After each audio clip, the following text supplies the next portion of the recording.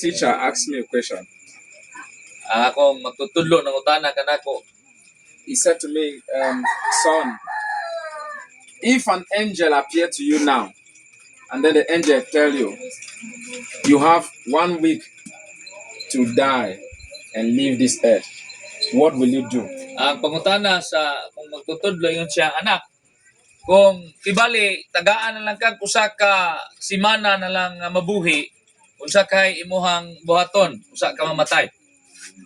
So I told him, I said, the first thing I'm going to do is I'm going to make peace with everybody. Ako siyang gitubag ang siguro ang pinakauna na kong buhaton, makiguli ko sa tanan akong kaaway. I said, I'm going to forgive anyone that has ever offended me. O pasayloon po nako ang tanang mga nakapasakit nako. I said, the next thing I'm going to do is I'm going to make sure I give everything I have to people and make everybody happy. Unya, kaduhat nga li akong buhaton, kung unsay naanak ko nga pwede na akong mahatag ngadto sa mga tao nga malipay sila akong ihatag. And then I said, the third thing I'm going to do is I'm going to make sure I check on everyone that I have not been able to communicate with. O ikatulong akong buhaton, ako nga balikon sa paghita tong mga tao nga taw-taw din ako nga wa makya istorya. Then the last thing I said is, I said, I'm going to eat my best food, dance, rejoice. O niya, ang katapusan niya kong buhaton, mukaon kong taman sa mga paborito na kong pagkaon o maglipay. So at the end, he said to me, Sa katapusan, iya kong gisultihan, everybody always want to do the right thing when they are close to death. ang tanang tao sa dihang hapit na silang mamatay, doon na gid sila ay mayong buhaton. But none of them is willing to do it when they are alive. Pero, walay usa kanila nga gustong mubuhat ana, samtang buhi pa. Then he said to me, that is how you're supposed to live your life every day.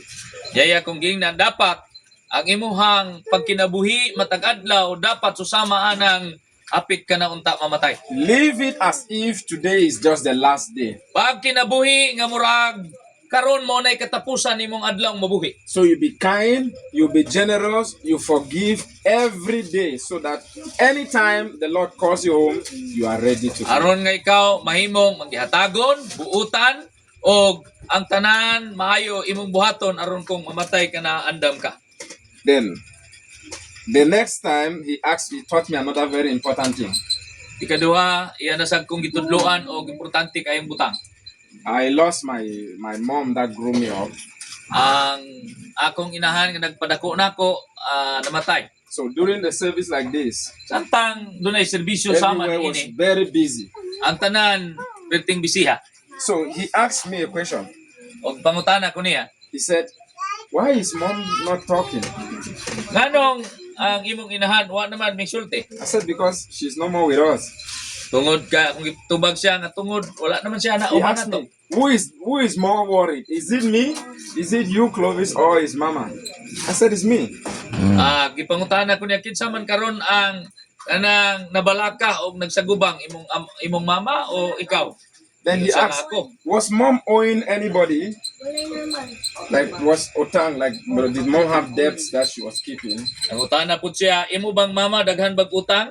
I said, yeah, she does. Tubag ko nga, na. He said, so what will the people do now? Will they beat her to get her money? So katong mga giutangan kaniya kaning imong mama nga naanaron lungon. I said, no. Pwede bag mo dool tong mga nautangan unya ilan ning kulatahon ning I said- patang lawas? I said, no, she's gone. That's Kung all. dili na, di na nila mahimo kay wa na patay na. And then she told me, Yaya kong gingnan. I said, she has gone, she is resting.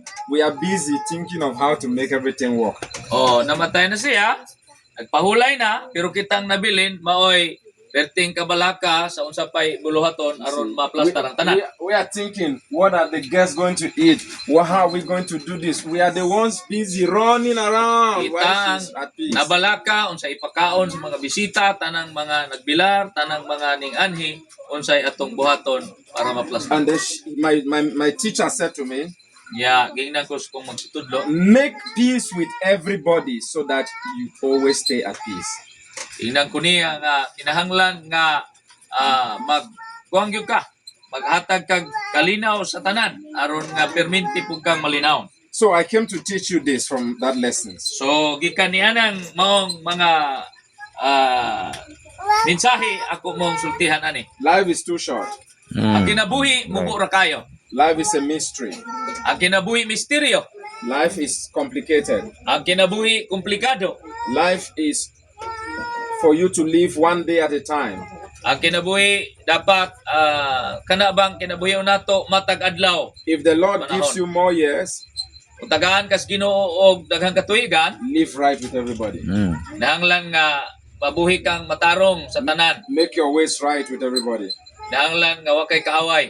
Don't only do it on the day that you are sick on the bed. Ayaw lang na himua ka ng himatyo na ka, masakito na You ka might na not sa even have the higdaanan. opportunity to do it. Dapat samtang naa pa kay oportunidad sa pagbuhat ana. Just live at peace with everyone. Nahanglan nga ikaw makigusay sa And tanan. for you to live with that kind of peace, O kanimo nga magkapuyo niya ng mong kalinaw, you need Jesus more. kinahanglan nimo og dugang si Ginoong Hesus. Because Jesus is the author of peace. Tungod kay si Ginoong Hesus mao ang author sa kalinaw. He said, my peace I live with you, my Amen. peace I give to you. Ningon siya nga akong kalinaw, akong ihatag, akong ibilin kaninyo, akong kalinaw, akong ihatag kaninyo. It means in this world is full of tribulations. Ingon siya nga nining kalibutana na puno sa kanang kasamo. And we don't have peace. Watay kalinaw. But if we embrace Jesus, we obtain his peace. Apan kung atong Yeah. gakson si Ginoong Hesus, atong mangkon ang iyang kalinaw. My peace I live with you. Ingon siya nga akong kalinaw, akong ibilin My kaninyo. peace I give to you. Akong kalinaw, akong ihatag kaninyo. It means Jesus have peace to Ug offer. pasabot nga si Ginoong Hesukristo ang adunay kalinaw nga ikatanyag. But you must subscribe to that peace. Apan kinahanglan natong mo subscribe na nang mong kalinaw. It's a gift. Gasa ka na. It's just like I said, Pastor, this is for you. Thank you. Murag sama ni nga mayon ko pastor imuhan ni. That is a gift. Meaning ako nang gihatag nga gasa. If Pastor was not here, O si pastor wala diri, he will not have this gift. dili niya madawatan right. ang gasa. But because he's present, Apan tungod kay niya siya, I can see him makita nako siya, and I can give him this ug gift. matagan ako nining mong gasa. And he Amen. can receive the gift. Ug Amen. madawat niya ang gasa. If you don't acknowledge Jesus, Kung dili nimo i-acknowledge si Jesus, you will not have the peace he's offering. dili nimo Amen. madawatan ang kalinaw nga iyang gitanyag. If you don't recognize him, Kung di nimo i-recognize you siya, will not have the ability to obtain the peace. di nimo madawat ng mong abilidad nga makabaton og kalinaw. Now he says, I give you peace. Ingon siya nga atagan tagang kalinaw. And then he says, my peace I live with you. Namingon siya nga akong ibilin nimo ang akong kalinaw. It means I'm not taking it away. Buot pasabot nga dili na niya kuha og balik. I'm going to leave it here. Ingon siya nga ibilin ako na. Because I know that you are in a system that is complicated. Tungod kay ang Dios na ibalo nga naa nining mong sistema nga komplikado kayo. Too many bills, too many problems, too Daghang many kay crises. daghang kay bayronon, daghang kayo og mga problema ug daghang kay krisis. It will come to take away that peace. Kung kuhaon niya kanang mong kalinaw,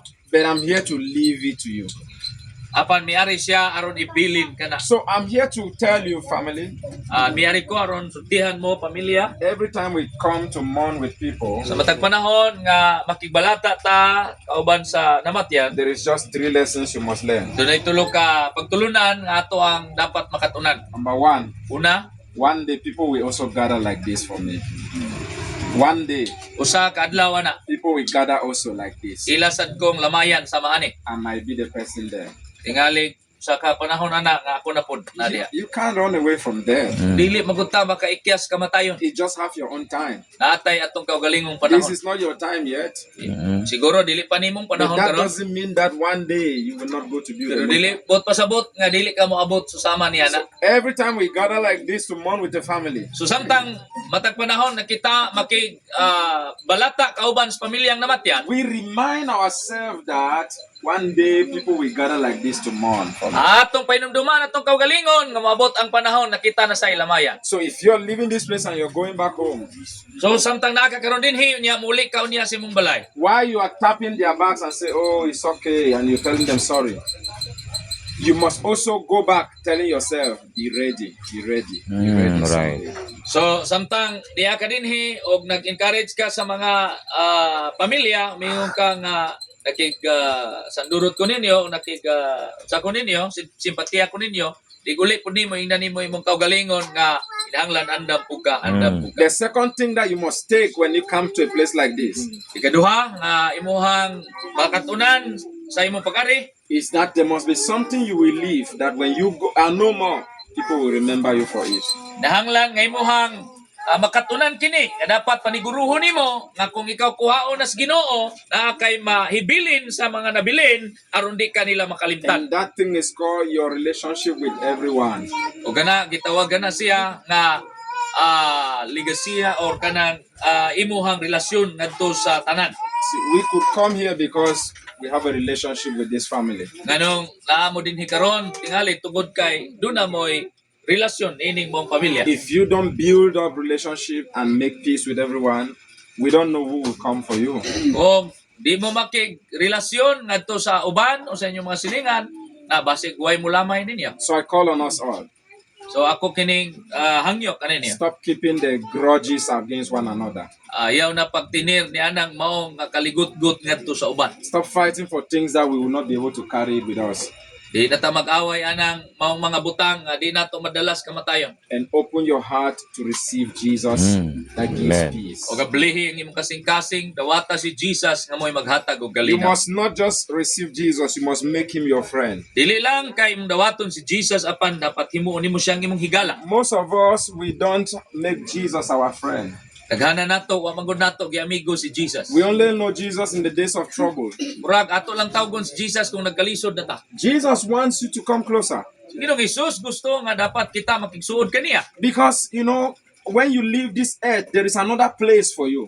Tungod kay ibaw ka nga kung ikaw muhawa na nining kalibutan na dunay dapit gyud nga mga This tuan. is a temporal home that we have. Gining kalibutan temporaryo ra gining panimalay When atong you gipuy-an. leave this place, there is a home that you have to go there. Biya tanining mong dapita na agit tay padulngan. And the truth is that home is determined by what you do here on earth. O ang kamatuoran mao nga kanang atong matuan at tuan unya nato sa dihang nakapaniguro ta samtang naa pa ta dinhi. There is no repentance in the grave. Wa nay paghinulsol samtang naa nakaslubnganan. There is no repentance in the casket. Wa nay paghinulsol diha sa lungon.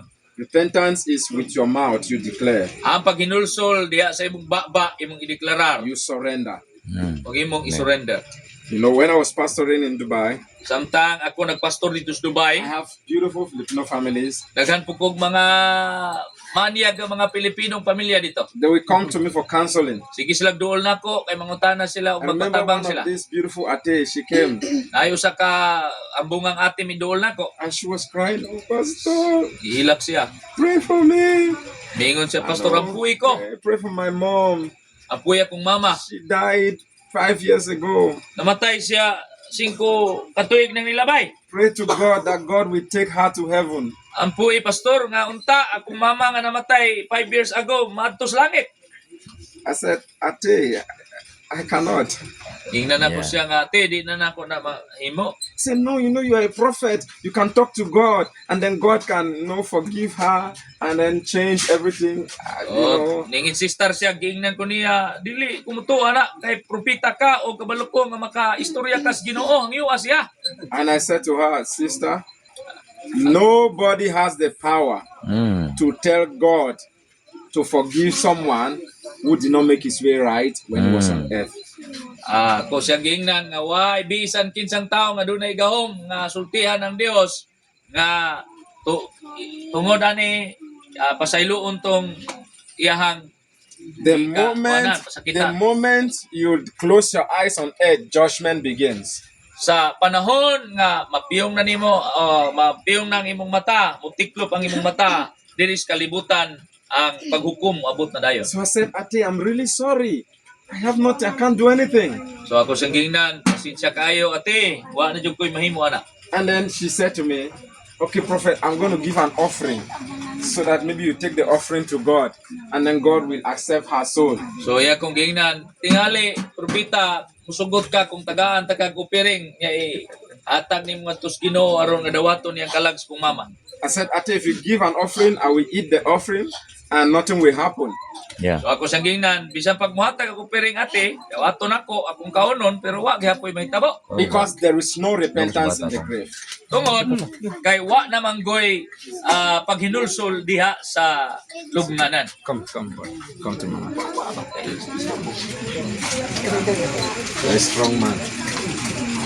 Because there is no repentance in the grave. Kay wa namang goy paghinulsol diha sa And lubnganan. so God wants us to amend our ways always. So ang Ginoo gusto nga atong kanunay bantayan ang ato ang mga dalan To know sa Him tanang more panahon. and more. Aron ato sab siya nga mailhan sa kanunay. Now, if you're here, you're a Christian, So kung already, niya ka karon Kristohanon ka, I still want to tell you, go back and recheck your life. Mm. gusto na ko nga inon gyapon kag dasigon ka nga pamalandungi kanunay o ang imong kinabuhi i-check kanunay. Because a Christian don't keep malice, you don't keep grudges, you don't keep bitterness, you don't keep all of these things. Your path must be right with the Lord anytime. Tungod kay ingon na Kristohanon dapat di ta magpuyo nining maong pagdumot kaligot-got o uban pa nga mga makapa bulag nato So, diha sa kabubuton as sa you're Dios. here to mourn, please remember Samtang niyata karon aron makigduyog sa ilang pagbalata that Dominic. Jesus is offering us a check open to become His friends.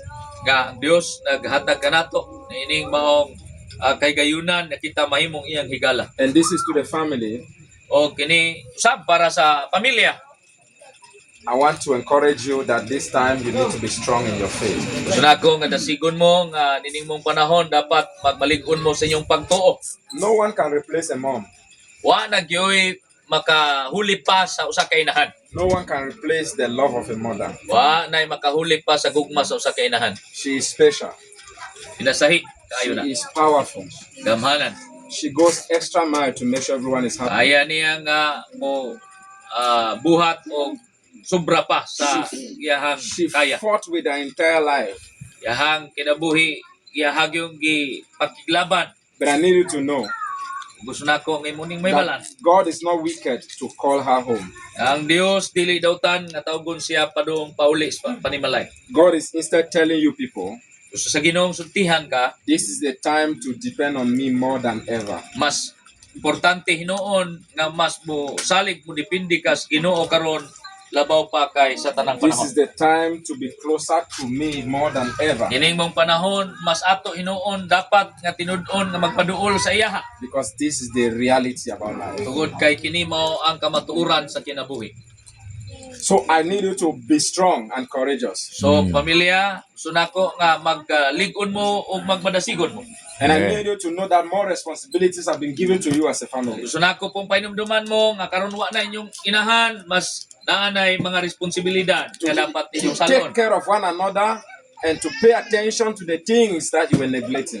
So dapat mag-ampingay, dili mag-away ug inyong atimanon kadtong mga butang nga wa niyo gitagad kaniadto. Because when mom was alive, probably she was covering so many things. Tungod kay samtang buhi pa inyong inahan, daghan siyang magibuhat. Now is the time for unity in the family. Karon ang panahon nga kamo mga anak ug mga apo magkahiusa sa pamilya. So I will pray for unity in the family. So magampo ko alang pa naghiusan ining mong I pamilya. will pray for grace to come upon the family. Gampo Amen. tag grasya nga moabot alang sa inyong And pamilya. I will pray for every one of you here Magampo pug ko sa tanan nga ning tambong karon that needs to make his ways right with the Lord. nga kamo makaayos sa inyong dalan o magpakig saguli nganha sa Ginoo. That wants to accept Jesus as his Savior. Og tingali ikaw usab karon gusto nimong dawaton si Ginoong Hesus nga mahimo nimong manluluwas. And lastly, I will pray for some people here that are sick. Gusto pug kong magampo niadtong dunay mga gibati nga mga sakit karon. You don't need to come out just where you are. The Jesus we serve will heal you. Di na kinahanglan mo duol mo dinhi bisag asa ka naglingkod, ang Dios makahimos paghikap nimo aron iya kang ayohon. Amen. Because there is someone that has a problem with the chest. You are finding it difficult to breathe. So, The Lord will heal you. so dunay naa dinhi nga dunay problema sa kasing-kasing maglisod og ginhawa, magampo ta nga ang Dios maayo nimo. There's another woman that I would pray for you. You're struggling with diabetes, that the Lord is going to heal you. Doon na po'y babae dinhi nga naa kay sakit nga diabetes o iampo ta ka nga ang Ginoo mag-ayo nimo. God brought you here so that you can receive your healing. Padakas Ginoo din hining tambong ka aron nga madawatan nimo ang imong kayuhan. Yeah, because you have been suffering from diabetes for a long time. God kay pakitas Ginoo nako nga dugay na kang nagantos sa diabetes. The Lord is showing me that this has cost you some money. O kung Ginoo nagpakita nako nga daghan na kag sapi nga gasto tungod ana. Even aside from the diabetes, you also have like arthritis, like joint pains Yeah. on your Dili knees. lang ka diabetes imong gibati, naa po kay kanang arthritis o rheuma. So God is going to heal you. Ayun Amen. kas Ginoo. I hear that the Lord is going to heal you if you believe. Ako nagatuo nga ayuhon kaniya kung mutuo ka. Yes, the Lord is going to heal you. Amen. Dios mag-aayo nimo. And not just you, the Lord is going to take care of your family. O di lang ka ayuhon kaniya, dili at imanon niya ikaw ug ang imong And pamilya. the last person I'm going to pray for also, you are worried about your son. But one of your son is really is giving you trouble. Your child. Doon na po'y usa nga akong iampo nga ikaw sa kainahan nga naay anak na lalaki nga kanang imong anak na lalaki naghatag nimong problema You're pirmi. so concerned, especially now, what is happening to him.